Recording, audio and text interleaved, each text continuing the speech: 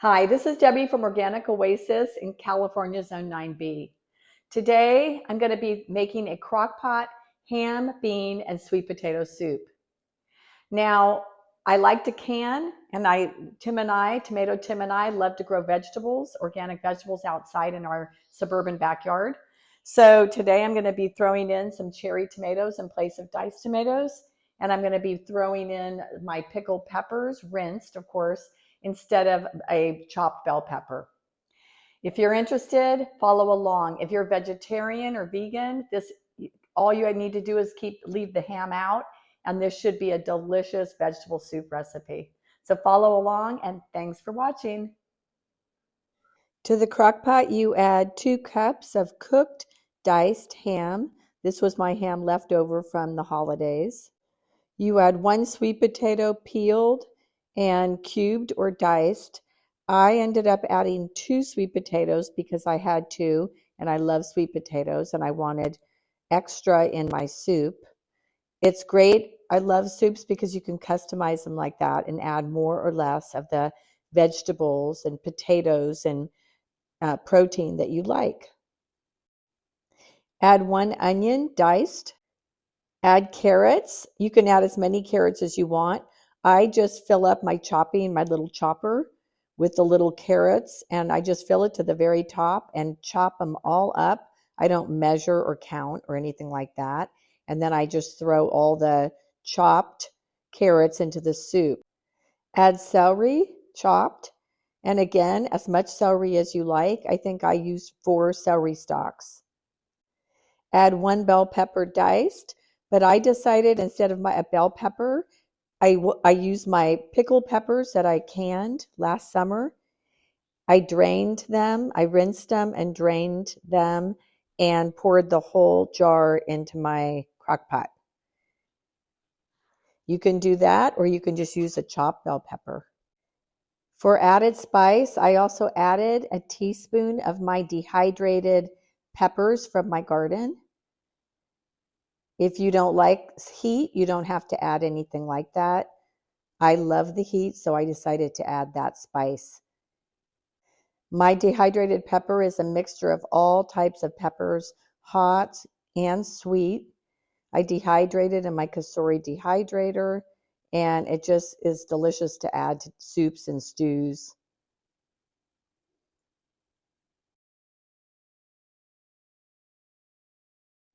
Next, you can add garlic, and I added 2 heaping teaspoons, but add as much garlic as you like. Next, add 2 cans of beans. I use black beans. You could use any kind of beans that you prefer. Make sure you rinse them good, drain them, and then add them. Next comes the tomatoes, and it calls for 1 can of diced tomatoes. I can my own tomatoes, and I canned cherry tomatoes this summer, so I'm putting in, I actually added 2 jars of my own home canned cherry tomatoes. It's a mixture of different types of cherry tomatoes that Tomato Tim plants, and they're delicious, and it's just canned in water, so I just added the entire can. There goes my second can, my second jar, and again, it just is packed in water, so I add all of that. If you're using canned tomatoes, add the tomatoes with the juice. The recipe calls for 4 cups of broth. You can use vegetable broth, chicken broth, beef broth. I just use plain water. The flavors from everything that we're putting in the soup just makes a delicious, flavorful broth. I don't feel like I have to add any other vegetable broth to most of my soups or stews. I filtered the water and made sure the water was nice and pure. I don't use my home tap water. Next, we're going to start to add the spices. We add 1 teaspoon of cumin. Next, we're going to add 1 teaspoon of paprika. I'm using a half teaspoon, so that's why I'm putting in 2. Next, we're going to add 1/2 teaspoon of thyme. You can use powdered or the chopped or fresh if that's what you'd like to use. Throw in 1 bay leaf. Add salt to your taste. I'm going to put in just a half a teaspoon of salt. My tomatoes don't have salt in them. Now I'm going to go ahead and add just some nice fresh ground pepper. Stir the soup up. Make sure it's nice and mixed.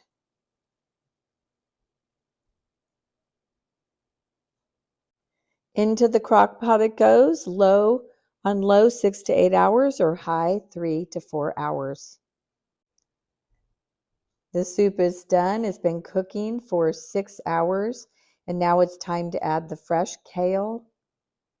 You can add 2 cups of kale or spinach. I harvested my kale from my garden. I washed it, and now I'm tearing the leaves. You can buy store-bought spinach, store-bought kale, but if you have some growing in your garden, this is a great recipe to use it in. You're going to put the kale into your soup and just leave it in there until it wilts. I left mine in for about 30 minutes. Doesn't that look delicious? I love the colors, the mixture of colors, and it just looks so healthy and so delicious. So you want to stir it up and let it wilt.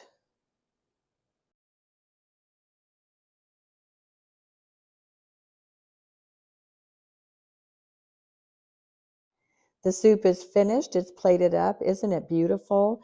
You can also garnish it with some fresh cilantro or parsley.